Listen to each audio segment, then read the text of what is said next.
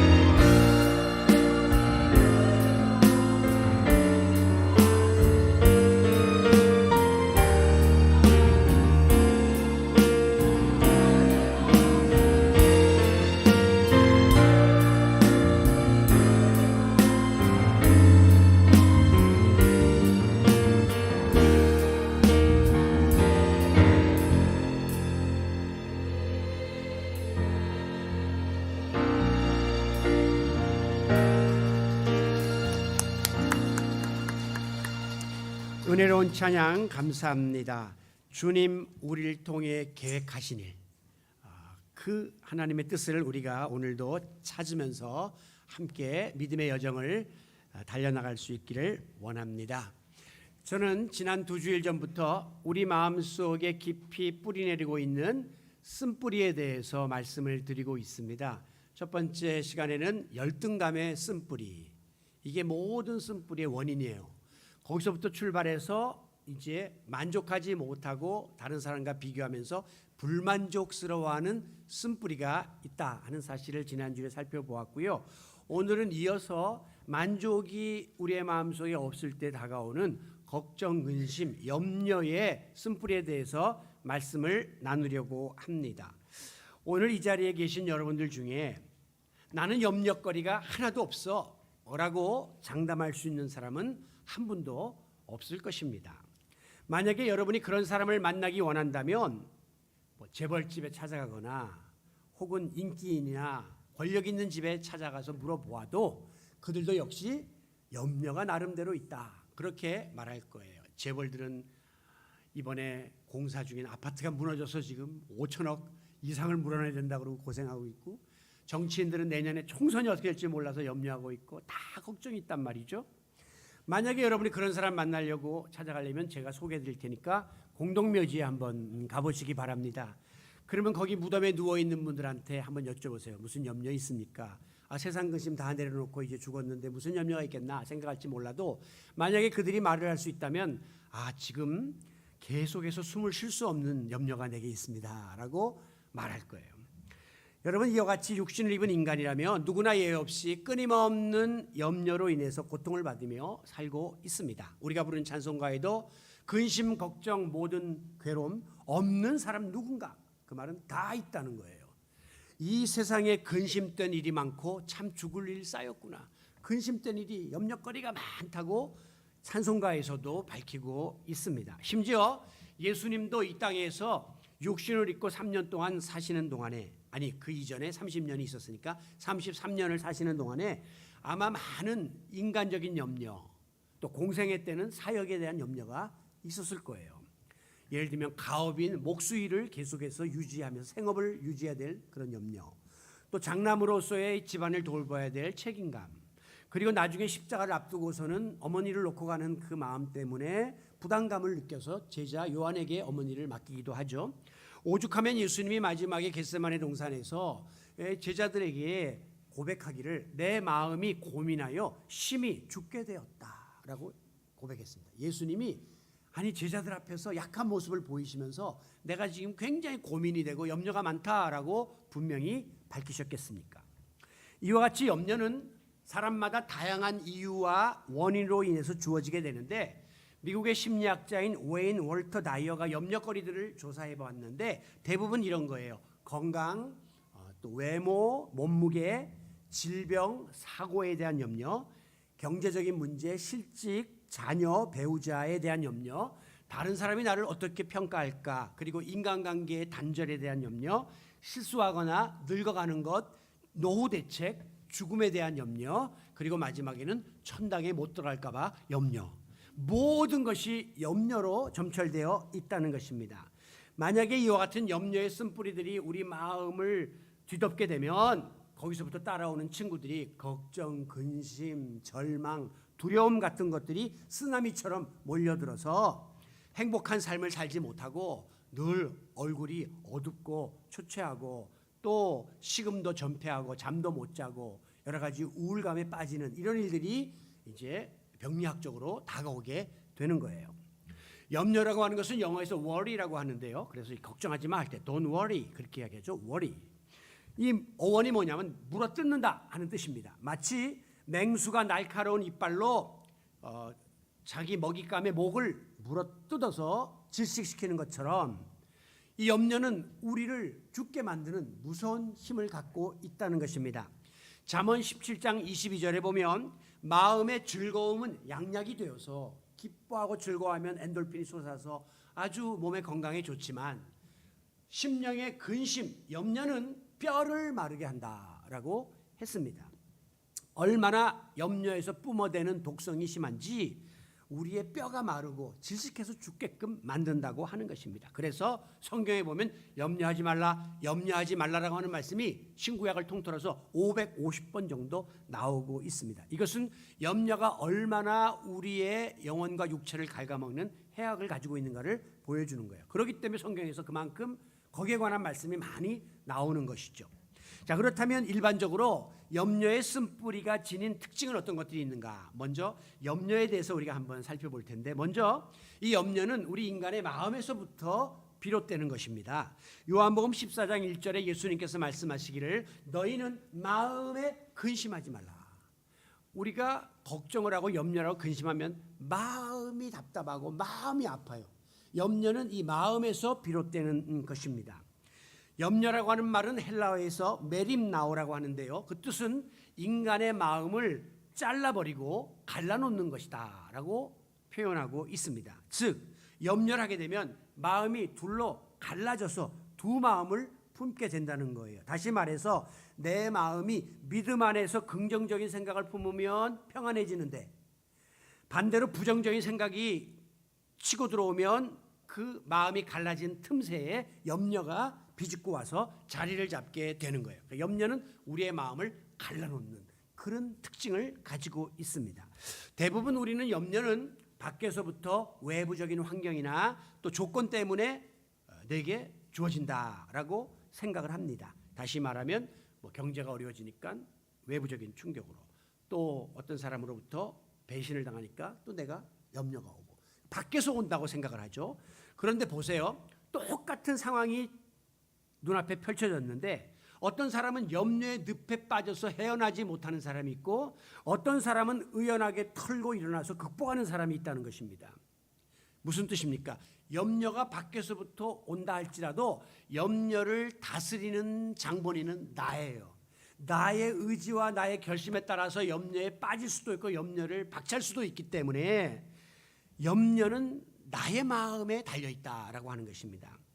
예를 들면 우리가 마음속으로 내가 지닌 재물이 너무 적다, 지식이 부족하다, 내가 건강이 약하다 이런 식으로 위축되면 어김없이 거기에 따르는 염려가 우리의 마음에 엄습하게 되는 것을 볼 수가 있는 것입니다. 또한 다른 사람이 나를 어떻게 평가할까? 또 내가 내린 결정이 잘못되어서 전에처럼 또 실패를 반복하는 거 아닐까? 언제까지 내가 이런 상태에 머물러 있어야 되며 또 앞으로 내 앞날이 과연 보장될 수 있을까?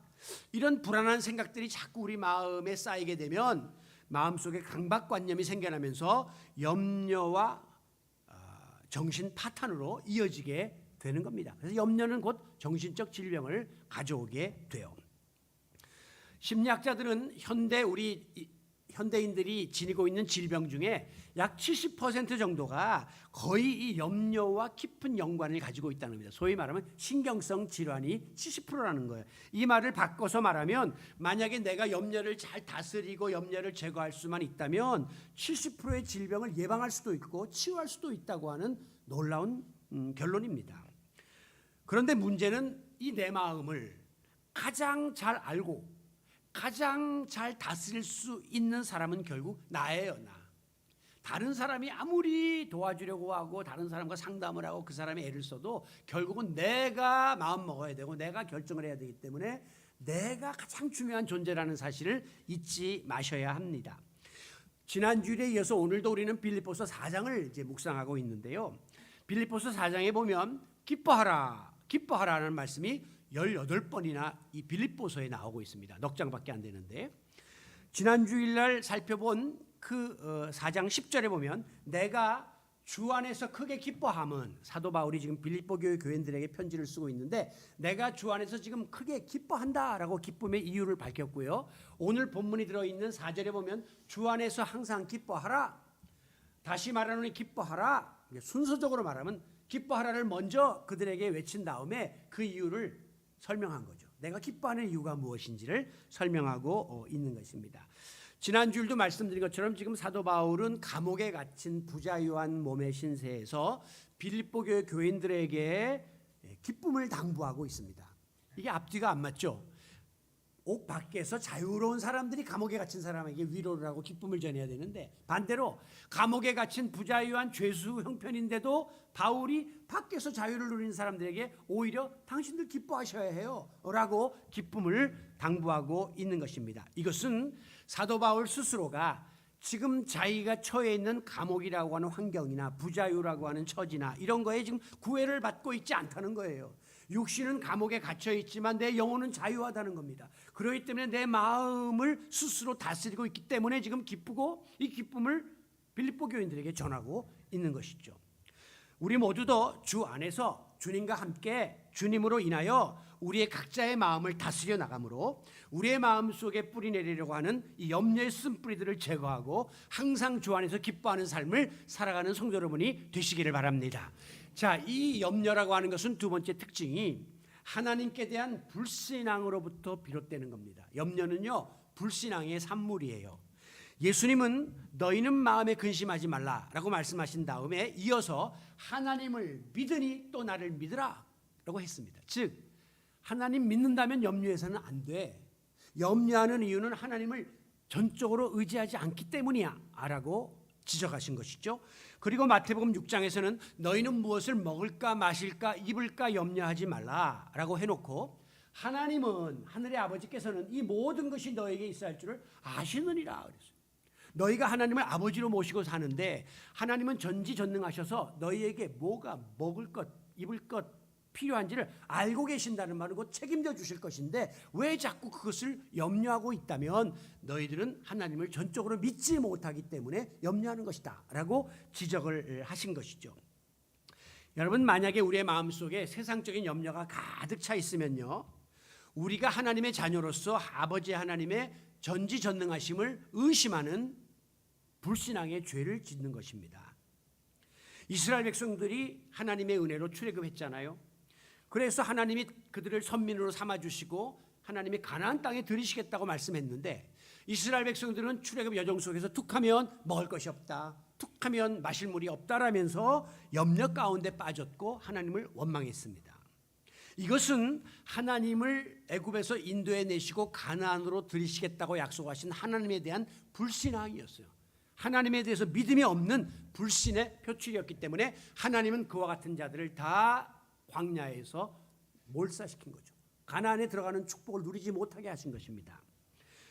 여러분, 세상의 부모도 아무리 부모가 좀 부족하고 세상적으로 모자라도 부모님의 역량을 자녀가 자꾸 의심하고 못 믿어하고 과연 우리 부모님이 나를 끝까지 공부시켜 줄 수 있을까? 우리 부모님이 나를 먹여 살릴 수 있을까? 내가 결혼하는데 도움을 줄 수 있을까라고 자꾸 의심하면 부모가 그 자녀에 대해서 정이 떨어집니다. 그래서 도와주고 싶어도 에라, 네가 나를 못 믿는데 내가 왜 너를 도와주냐라고 외면하게 되는 것이죠.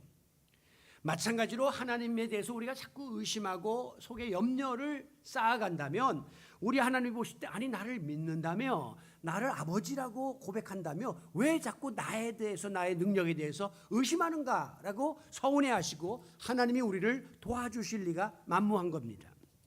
그러므로 오늘 우리의 마음속에 이 염려의 쓴뿌리가 계속해서 뿌리를 뻗치지 못하도록 우리는 하나님을 향한 전적인 믿음을 가져야 돼요.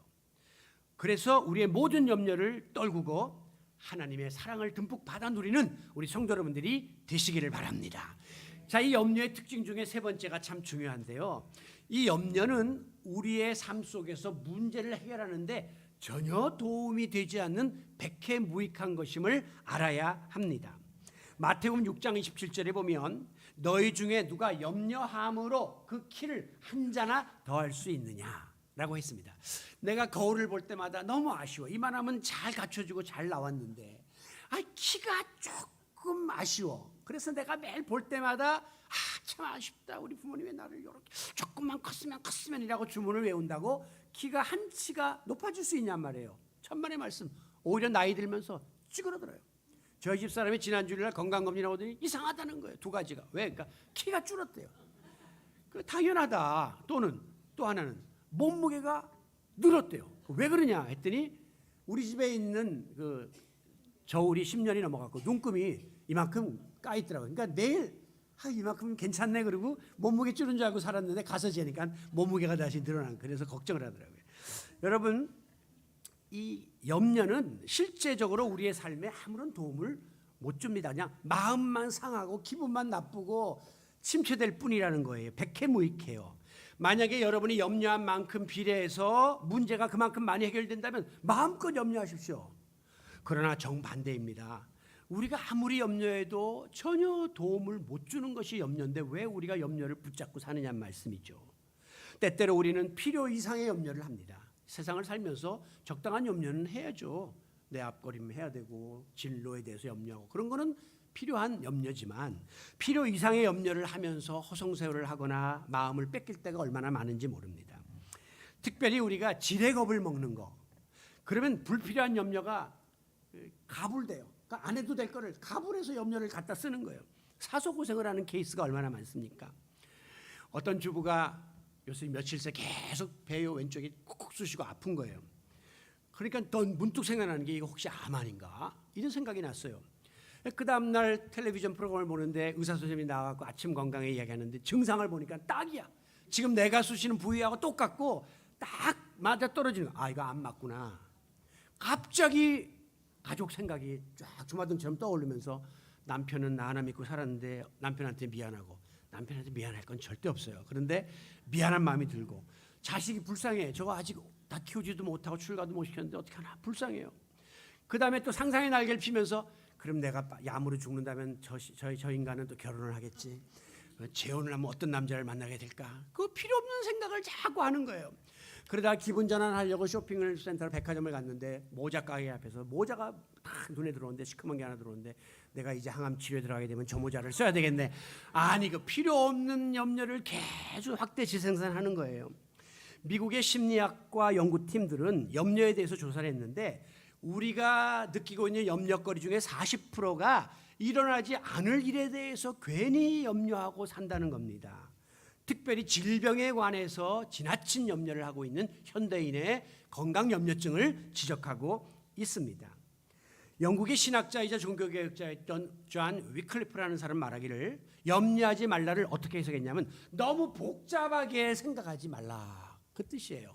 그러니까 단순 사고를 하고 심플 라이프를 살기를 힘쓰라 하는 게 바로 염려하지 말라는 뜻입니다. 하늘이 무너지면 어떻게 하나, 땅이 꺼지면 어떻게 하나, 바닷물이 넘쳐서 홍수가 나면 어떻게 하나, 태양이 너무 과열돼서 타 죽으면 어떻게 하나, 나중에 산소가 이 많은 인구들이 다 마시는데 희박해져 갖고 숨을 못 쉬면 어떻게 하나, 물이 지구상에서 고갈되면 어떻게 하나, AI가 나중에 우리 인간을 지배하면 어떻게 하나, 차를 탈 때면 저 버스기사 정신착란을 일으키면 어떻게 하나, 음식점 가면 주방장이 또 저기다 뭐 이상한 걸 타면 어떻게 하나, 비행기를 타도 무섭고 다 염려는 끝이 없는 거예요. 요새 아직 후쿠시마 물도 안 풀었다는데 회를 안 먹어요. 회를 아직까지. 혹시 저는 먹을 준비가 돼 있으니까 사주시면 말씀하세요. 왜 아직 물도 안 풀었는데 벌써 염려를 하고 있냔 말이죠. 여러분, 아무 유익이 없는 게 염려입니다. 천둥벼락이 쳐도요 내일 아침에 해는 또다시 솟는 거고요, 우리에게 주어지는 24시간은 똑같이 주어진다는 의연함을 좀 가질 수 있기를 원합니다. 여러분, 내가 밤잠을 못 자며 염려하고 걱정하고 울고불고 한들 변할 수 있는 일은 없습니다. 그렇다면 내가 염려한다고 해서 이 문제가 해결되지 않고 변하지 않는다면 왜 내가 이 염려의 짐을 짊어지고 괜한 고생을 하고 있냔 말이죠. 빨리 염려의 덩어리를 벗어 던지고 이 백해무익하고 무용지물과 같은 염려의 쓴뿌리를 과감하게 뽑아내는 성도 여러분이 되시기를 바랍니다.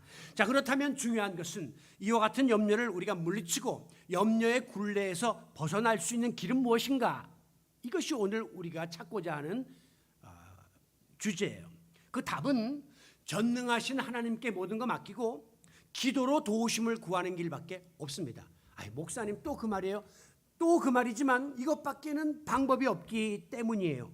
사람이 염려하는 이유는 내 부족과 능력이 당면한 문제보다 너무 크기 때문이에요. 지금 나에게 500만 원의 돈이 필요한데 나는 지금 10만 원밖에 없기 때문에 내가 염려를 하는 거거든요. 이럴 때는 힘 있는 분이 좀 나타나서 내 후견인이 돼 주셔야 해요. 돈 좀 있는 분이 지금 왜 이렇게 얼굴이 사색이 됐어? 내가 좀 지금 어려워서 경제 문제 얼마가 필요한데 490이 필요한데 그래 내가 그거 도와줄게 무이자로, 이런 사람이 하나 나타나줘야 이 문제가 풀어진단 말씀이죠. 여러분, 오늘 우리에게는 그분이 계십니다. 전지전능하시고 무소불능하시며 무소부재하신, 어디에나 계시고 모든 걸 할 수 있고 모든 것이 능하신 하나님이 내 아버지가 되시고 그분이 나와 함께 하시고 나를 지켜주신다는데 세상에 이것보다 더 큰 백그라운드가 어디 있겠느냐라고 하는 것입니다. 적극적인 사고방식의 주창자였던 노만 빈센트 필이라고 하는 이 박사님은 항상 주머니에 쪽지를 넣고 다녔다고 합니다. 제가 미국에 가서 보니까 이제 캐톨릭 믿고 이런 분들 중에 십자가를 요만하게 만들어가지고 주머니에, 애들 주머니에 넣어서 보내요. 그러니까 학교 갈 때 교통사고나 총기사고나 안 나게 수호신이 되게 해달라고 여기다가 넣어주는 거예요. 근데 이 노만 빈센트 필은 항상 쪽지를 넣고 다니면서 들여다봤는데 거기 뭐라고 써 있었냐면 하나님의 빛이 나를 둘러싸고 있다. 하나님의 사랑이 나를 품고 있다. 하나님의 능력이 나를 지켜주고 있다. 하나님은 지금도 나를 보고 계신다. 내가 어디를 가든지 하나님은 거기에 계신다. 그는 항상 이거를 펼쳐보면서 하나님 앞에 내가 서 있다고 하는 코람데오의 믿음을 고백하고 그 하나님이 나를 품으시고 둘러싸시고 나를 지켜주신다고 고백하면서 살았다고 하는 것입니다. 제가 늘 여러분께 말씀드리는 제 인생의 고백적 신앙, 고백적 찬송은 바로 지나온 모든 세월들 돌아보아도 그 어느 것 하나 주의 손길 안 미친 것 전혀 없네 하는 찬송이라고 했습니다. 이게 다음번 성경 퀴즈 대회 때 문제로 나올 수 있어요. 신 목사님이 제일 좋아하는 찬송 복음성가 그러면 요겁니다. 오신실하신 주 잘 외우세요. 그런데 지금까지 살아온 인생을 돌아보니까 그 어느 것 하나 어느 군데 하나 하나님의 손길이 안 미친 게 없어요. 하나님이 다 만져주셔서 여기까지 왔거든요. 여호와 이레 하나님이 준비해 줬단 말이에요. 그렇다면 지금 나의 삶도 임마누엘 하나님이 함께 하시고 내 앞길도 여호와 니시 승리의 깃발을 꼽을 수 있도록 책임져 주실 줄로 믿습니다. 이 믿음을 가지고 우리가 하나님 앞에 나아가고 도전해야 되는 것입니다. 오늘 본문 6절에 보면 그러므로 아무것도 염려하지 말고 다만 모든 일에 기도와 간구로 하나님께 아뢰라 라고 말씀합니다. 하나님께 아뢰는 통로가 기도와 간구입니다. 하나님은 우리를 책임져 주시는 인도자이시고 보호자가 되십니다. 그렇기 때문에 그 하나님께 내 모든 주권을 통치권을 내어 맡기는 행위가 바로 기도예요. 하나님께 내 모든 것을 다 내어드리는 통로가 바로 간구예요. 그렇기 때문에 오늘 저와 여러분은 하나님과의 관계성 속에서 서로 대화의 통로를 지금 가지고 있다는 게 어마어마한 특권이 아닐 수가 없습니다. 예를 들면 미국 대통령과 러시아 대통령이 돌발 사태가 일어나면 큰 핵전쟁이 일어날 수 있으니까 그들은 아무리 어려운 지금 같은 대리전쟁에 있다 할지라도 통로를 유지하고 있습니다. 우리와 북한 사이에도 그 통로가 있었는데 요즘 막혔다 하지만 알게 모르게 그 통로는 지금도 다 열려서 연결되고 있는 거죠. 그래야 돌발적인 서로의 피차 멸망의 상태가 나타나지 않기 때문이에요. 오늘 하나님은 우리와 이 파이프라인을 갖고 계십니다. 내가 아버지 부르면 언제든지 하고 응답해 주시는 이 놀라운 특권을 우리가 누리고 있다는 사실이죠. 베드로전서 5장 7절에 보면 너희 염려를 다 주께 맡겨 버리라 그랬어요.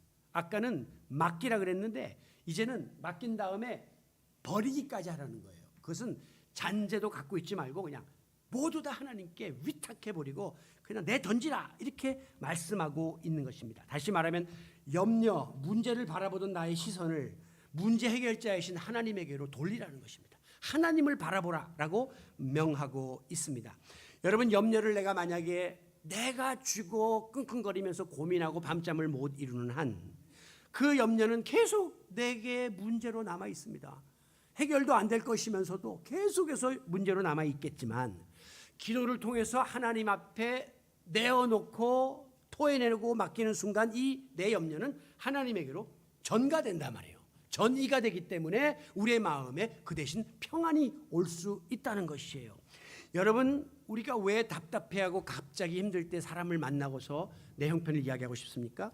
세상에 이 고민을 안고 있는 사람 나밖에 없다 생각했는데 어느 날 만나서 대화해 보니까 그래도 나를 이해해 주는 사람이 하나 있으니까 마음이 시원해지고 위로가 되죠. 큰 도움은 못 될지언정.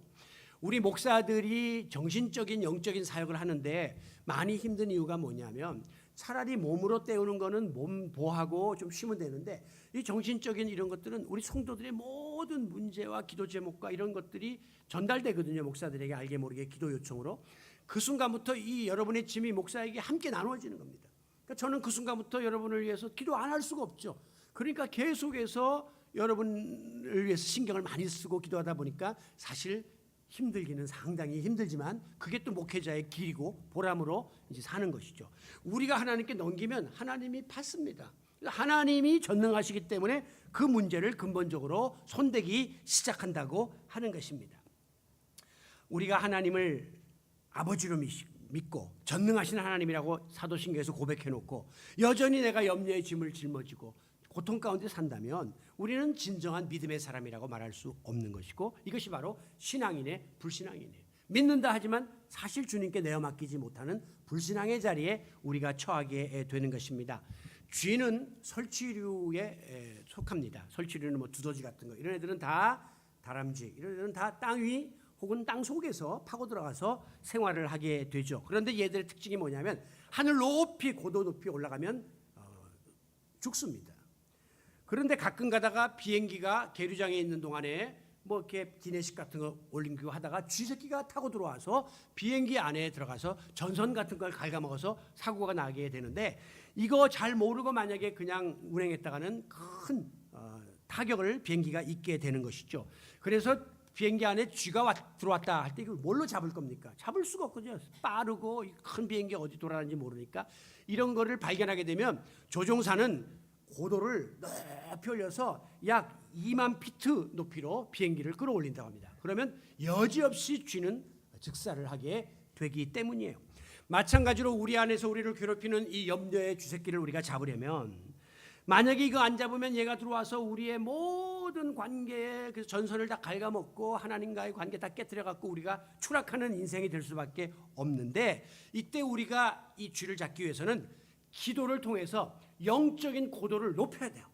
여러분이 하나님께 기도할수록 하나님과 가까이 나가는 것이고 하나님께로 영적인 고도를 높이게 되기 때문에 이 마음속에 있는 염려의 쥐가 영락없이 죽어나가는 일들이 벌어지고 우리는 안전한 비행을 할 수 있게 될 것입니다.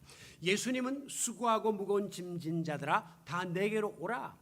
염려의 짐이 있느냐? 내게로 오라. 내가 너희를 편히 쉬게 하리라. 그 말은 그 짐을 내가 대신 짊어져 주겠다라고 약속을 하셨습니다. 우리가 하나님께 기도하기만 하면 내 어깨를 짓누르던 그 무거운 염려의 짐이 우리 주님의 강한 어깨로 옮겨가게 되기 때문에 우리는 가벼워지고 주님이 대신 그 모든 문제를 해결해 주심을 믿으시기 바랍니다. 여기에서 중요한 기도 응답의 조건을 마지막으로 말씀드리면서 말씀 마무리할 텐데요. 중요한 기도 응답의 조건 첫 번째는 6절 상반절에 아무것도 염려하지 말고, 6절 상반절에 다만 모든 일에, 이 말은 뭐냐면 이거는 내가 하고 이거는 기도하고가 아니라 아무것도 네가 짊어지지 말고 모든 일에 하나님께 아뢰이며 기도하는 일에 힘쓰라고 하는 것입니다. 우리는 대부분 급하고 어려운 일이 생겼을 때에 비로소 무릎을 꿇어요. 사소로운 일이 일어났을 때는 그냥 내가 웬만한 건 다 해결하고 이거는 내가 못할 것만 이제 기도를 한단 말이에요. 그러나 그 기준이 매우 모호한 거예요. 여러분이 아플 때도 마찬가지예요. 막 암이나 뭐 큰 병이 걸리면 당연히 매달려서 막 하나님께 살려달라고 하지만, 뭐 감기가 걸렸거나 뭐 여기 상처가 났거나 할 때는 그건 뭐 내가 알아서 하지 이러고 우리가 안 하잖아요. 그러나 사실 우리가 하나님 앞에 기도하는 이 기도는요, 모든 것을 내어놓을 수 있어야 합니다. 뭐 요거는 하고 요거는 내가 하고가 아니라 아무것도 염려하지 말고, 그러니까 하나님을 향해서 전적인 신뢰를 하고 전적인 위탁을 해야 된다라고 이야기합니다. 우리가 부르는 찬송가 중에 너 예수께 조용히 나가 내 모든 것 쏟아놓으라 그랬죠. 내 모든 짐 쏟아놓으라. 쏟아놓으라는 여기에 있던 것을 그대로 탁 엎어서 탈탈 터는 게 쏟아내는 거예요. 요거 중에 내가 뭐는 하고 뭐는 빼고 요것만 할게요가 아니라 우리 주님께 그냥 그대로 있는 모습, 그대로 나의 상황을 내어놓으라는 것입니다. 바로 이것이 하나님을 향한 전적인 신뢰의 의미이기 때문에 하나님은 우리의 기도를 들어주실 줄로 믿습니다. 또 하나 염려의 쓴뿌리를 제거해달라고 기도할 때 필수적인 전제 조건은 6절 하반절에 너희 구할 것을 감사함으로 하나님께 아뢰라 라고 있습니다. 자, 11번 쏴주세요. 감사함으로 아뢰라 하는 것은요, 기도할 때 미리 하나님께 응답을 확신하고 감사의 기도를 드리면서 나아가라고 하는 것입니다. 아직도 내 마음에는 염려가 있어요. 아직도 내 가정의 문제가 해결 안 됐어요. 그럼에도 불구하고 우리 하나님이 깨끗하게 제거해 줄 줄로 믿고 미리 감사하며 기도하는 것은 우리의 기도의 응답을 속히 이루도록 하는 지름길이 되기 때문입니다. 예수님은 그 같은 자들, 병 고칠 때 특별히 내가 믿나이다 라고 아직까지 병 고침을 받지도 않았는데 고백하는 자에게 내 믿음이 너를 구원했다 라고 속히 그 병을 고쳐주시는 그런 모습을 통해서 우리에게 보여주셨습니다. 그렇습니다. 우리가 어떤 이유로든지 염려 때문에 고통을 받게 될 때 사람을 의지하고 세상의 방법을 찾고 아무리 해보십시오. 그 염려는 그저 조금 해소되는 듯 하다가 여전히 그 쓴뿌리가 놓여있기 때문에 우리는 또다시 고통 속에서 지낼 수밖에 없을 것입니다. 그때 우리가 해야 될 유일한 길은 오직 살아계신 아버지 하나님께 믿음으로 간구하고 매어달리기만 하면 염려가 사라지는 놀라운 은혜를 경험하게 될 것입니다. 여러분, 오늘 우리가 불렀던 주날개 밑 하는 찬송 있죠? 그 찬송을 작사한 분은 쿠싱이라고 하는 사람인데요, 목사였습니다. 시골교회를 목회하고 있었는데 결혼한 지 10년 만에 아내가 죽어서 사별을 합니다. 그리고 설상가상으로 얼마 되지 않아서 온몸에 신경이 마비되어 오다가 성대가 마지막에 마비되어서 말을 할 수 없게 되므로 목사의 설교는 생명은 설교고 찬양인데 이기 못하니까 목사 일을 접어야 될 절망에 빠지게 되었습니다. 그는 절망 가운데서 염려 가운데 빠져 헤매다가 하나님의 영이 임재를 통해서 다시 한번 마음의 평안을 누리게 되었는데 그때부터 그는 말을 못하는 대신 찬송 시를 쓰기 시작한 거예요. 그래서 오늘 이 주날개 및 평안하다 하는 이 찬송을 비롯해서 약 300편의 찬송 시를 쓴 유명한 작사가가 되었는데요.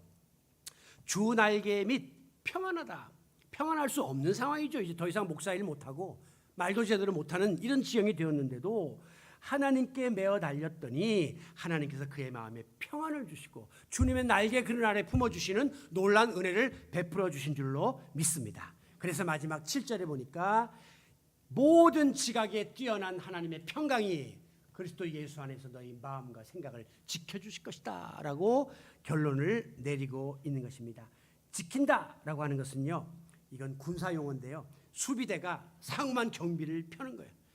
염려가 엄습하지 못하도록 하나님께서 책임져 주신다는 거예요. 여기 보면 이 하나님의 평강이라고 하는데 이건요 샬롬의 평강입니다. 세상이 줄 수 없는, 세상이 알 수 없는 절대적인 그 평강을 하나님께서는 약속하고 있는 것이죠. 여러분, 오늘 저와 여러분의 마음속에 있는 염려의 모든 짐들을 주님 앞에 내어놓고 오늘도 기도와 간구로 믿음으로 나아가시기를 바랍니다. 하나님께서 우리의 기도를 들으시고 염려의 쓴뿌리들을 다 뽑아주시며 그 자리에, 빈자리에 이 평강의 은혜를, 복을 허락해 주시는 귀한 성도 여러분들 되시기를 예수 그리스도의 이름으로 축원합니다. 존귀하신 아버지 하나님, 오늘도 주 앞에 나왔습니다. 마음속에 걱정, 의심, 염려가 있습니다. 아무리 떨구려고 해도, 세상적인 방법으로 해결하려고 해도 여전히 그 뿌리가 남아서 우리를 괴롭힐 때가 많은데, 오늘도 우리 믿는 이들은 우리의 아버지 하나님께 이 모든 짐들을 내어놓고 기도와 간구로 아뢰이면 우리 하나님께서 우리의 기도를 들으시고 무거운 짐을 대신 져 주시며 염려의 쓴뿌리들을 뽑아주시고 그 자리에 평강을 주신다 약속했사오니 감사합니다. 오늘도 이 말씀 의지하고 믿음으로 주님 앞에 나아가는 성도들이 되게 하여 주시옵소서. 우리 주 예수님의 이름으로 기도하옵나이다. 아멘. 하나님은 내 안에 거해라, 내가 너희들을 책임져 주겠다 라고 오늘도 약속하고 계십니다.